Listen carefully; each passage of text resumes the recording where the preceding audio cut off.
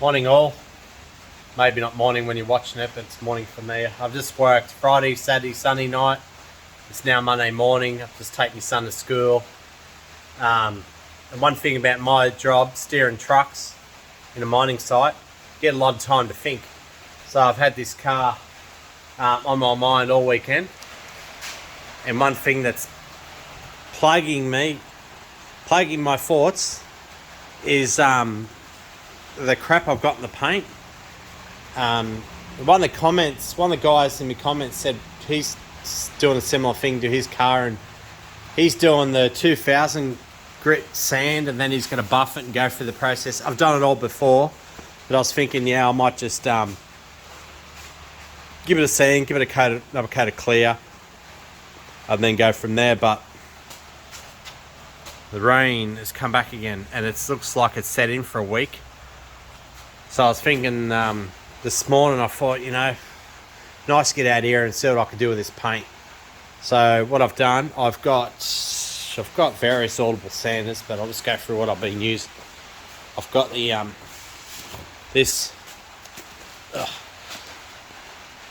one from Supercheap Auto, variable speed. I think it's 18 volt. Yeah, 18 volt. I've got a high definition pad on it. It's just like you call it interface pad. Just gives the sandpaper a bit of flex and doesn't hit the corners so hard from the panels when you're sanding. So I gave that 800 grit, which is way too coarse. I should have just gone straight for 2000, but I haven't got 2000 grit in that style disc. So I hit it with 800. Done this section here of 800. Then I went to 2000, which is wet and dry paper I'd laying around. Non-sticky back. And it has come up really nice. I can faintly see stuff in it, but I think it's because I started with, I've got another one of my sanders, this one here. Bought this from Auto Shop. It's an all orbital sander, so it doesn't take the meat off as quick as like your other style sanders, which I'll show you in a minute. But it leaves orbital marks, but it's not as aggressive. This has its purpose, but it's not really, for this initial stage, it's not as good as, say, this one here. This one's a Supercheap Auto item, brushless motor, variable speed. Really good for taking the meat off. So this one's a circular style one. So if you want to really get meat off quick, this is definitely the way to go. And I don't use the cheap bloody pads that you buy, like Supercheap Auto or eBay and that. I've got these 3D ones. I think they're made in America, American owned.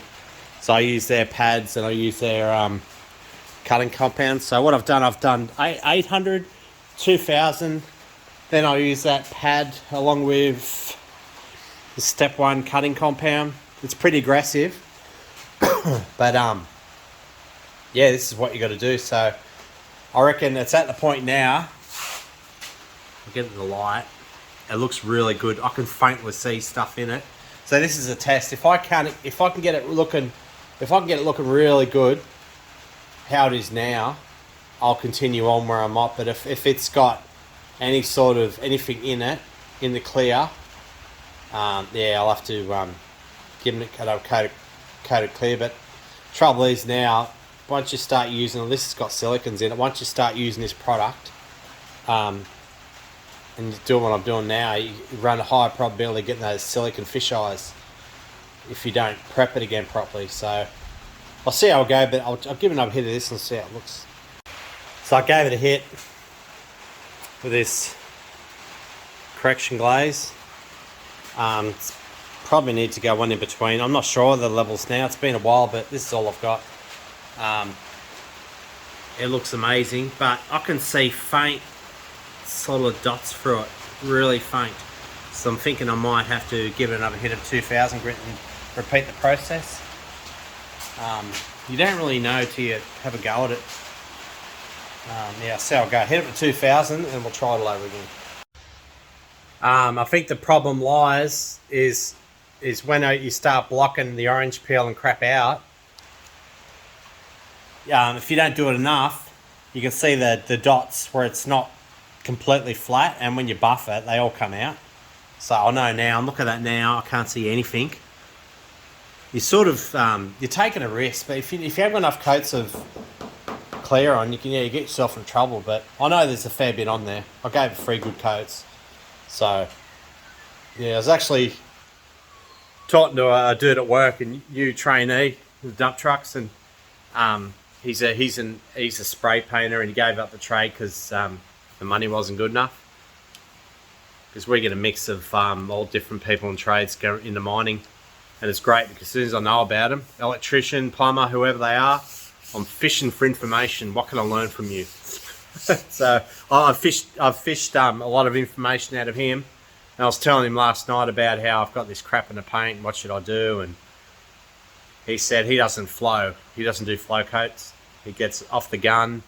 He said if flow coats for people who don't know what they're doing. I'm like, I don't know about that. Well, show cars do the flow coats, so you get deeper depth in the colour, and it just, yeah, you get more out of it. But for this car is not just going to be a complete show car. This car is going to be driven.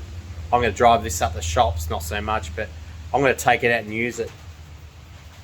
That's my idea of this car. So it's going to get stone chips, shit's going to happen, but being this colour, it's easy to fix. So what I'll do now is repeat the process and see how it comes up. Well, I was hoping for a different result, but it's exactly the same, so you know, I try. But might be able to see it there. Slight. I mean, I'm probably a little bit particular, but what I might do, I might do, like, say, might give the guards. I know the guards, they come out a whole lot better than this. Here's just circumstances at the time. So if I do the same thing with one of the guards and the guards come out better, then I'll know, yeah, this needs more clear. It might be the acrylic, bit of the dust coming through. I don't know. Weird. It is good. I mean, this is way better than the Escort. The Escort's got hairline scratches, and that car was a shit show trying to get that thing good, because I was working casual at the time. I had no annual leave, no sick leave, no entitlements.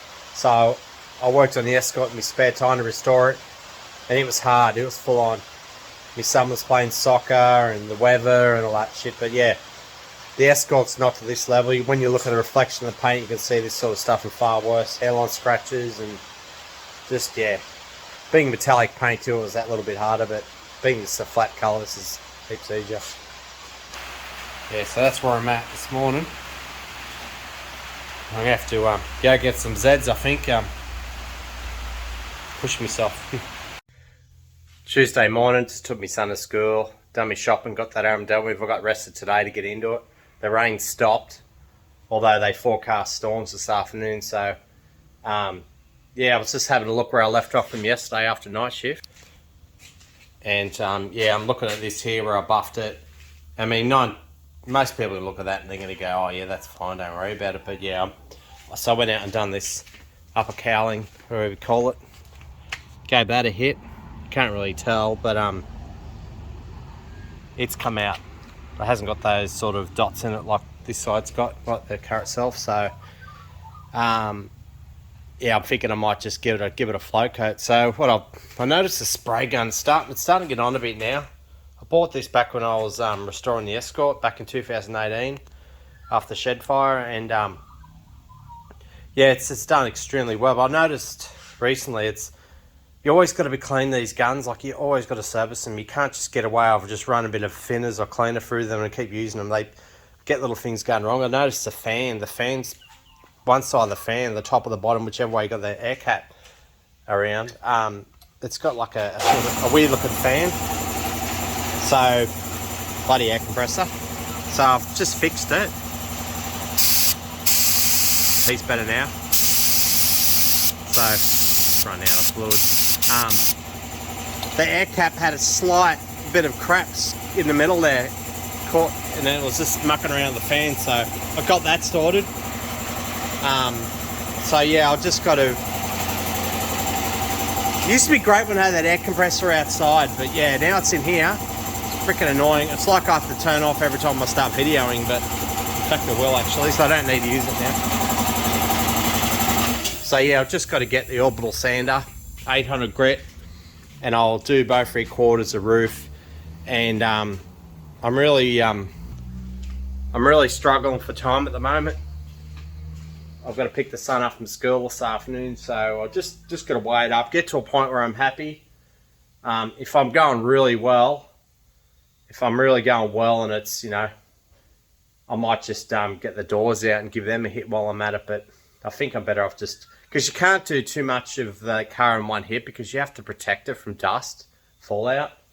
And I think the flow coat's more critical too, because you're basically putting clear coat over clear coat. So if there's any sort of foreign matter that gets in there, it's staying there for good. It'll get under the 2 layers of clear, then you'll have, say, a speck of brown dust or something. You're stuck with it. That's it. So yeah, I'll get into your orbital sanding now. I'll get ready for flow coat. So I'm using this orbital sander. Got to turn right down. Interface pad, 800 grit. And just only took me a couple of minutes, and yeah, it's come back really quickly. So just comes to show that yeah, I'm going to be able to really get this sander back and flow coated quickly. So I won't deliberately do these bits here. It's run the risk. It could easily go through the clear into the colour. So I'll leave this. I'll just give them a 2000 grit. Then I'll mask off this area here just to protect it. But I won't deliberately paint this area.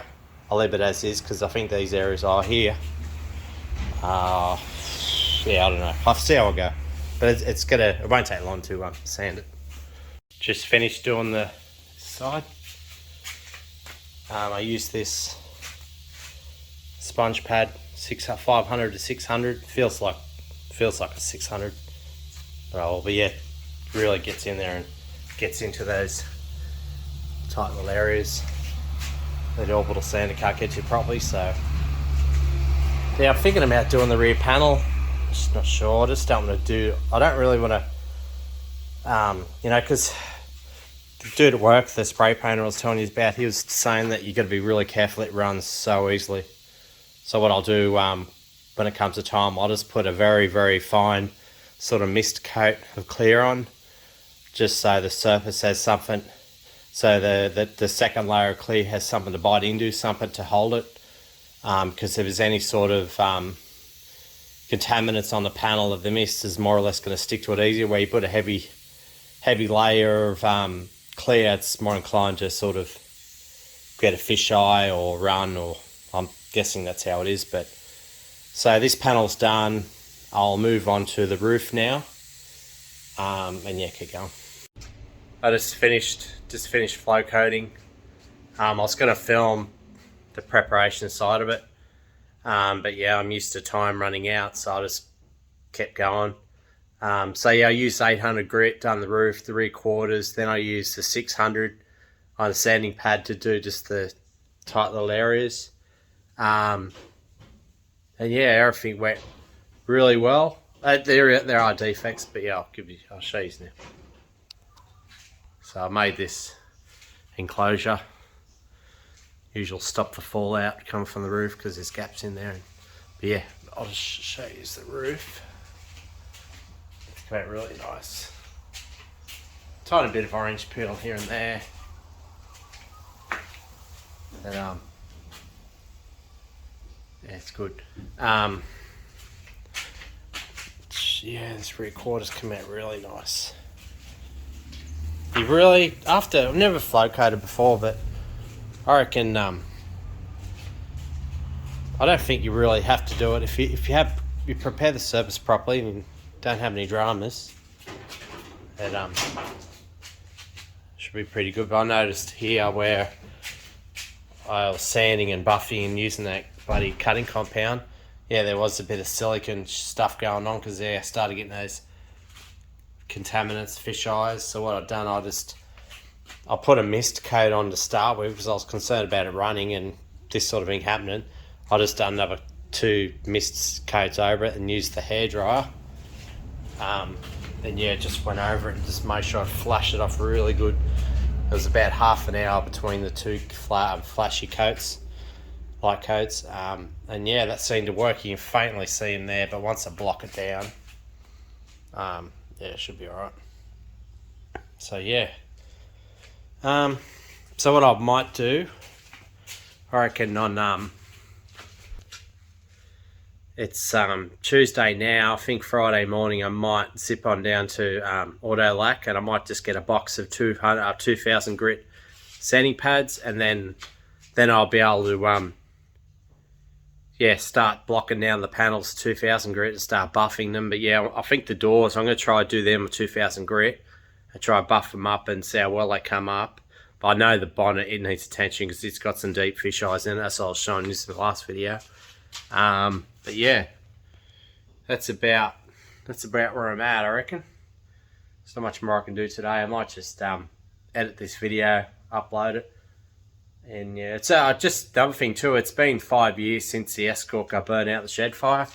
And I was going through my videos the other night from the past, and yeah, I found a video of this shed when we had the shed fire. So just to recap what I've told you before, back in 2018, I was at a mine site working. I felt my phone and my pocket vibrating, and yeah, checked it. And there was a photo of the shed with smoke coming out of it and flames, and I'm like, oh shit, that's not good. So I rang up Dad straight away, and he said, yeah, the shed's up, the fire brigade have turned up, the Escort's toast. So I zipped home and got here, and there's fire brigade trucks everywhere, hoses, and yeah, they put the fire out, but yeah, the Escort got really severely damaged, and there was a Volkswagen Caddy that was on this side of the shed, and it was like a 2015 model, so it wasn't a very old car, and it got severely bloody damaged. Like, it was really bad. And then the car that started with this other side of the garage was a Kia Pregio van. So yeah, it started the fire. It had some electrical fault, and it went up. But it was pretty dramatic at the time. But it gave me the opportunity to restore the Escort again properly. So yeah, so I might just add that to the end of this if anyone will watch it. If not, end the video there. So yeah, thanks for watching, guys. And yeah, I'll put another video up soon, hopefully. Hopefully I'll start putting panels on. Thanks for watching.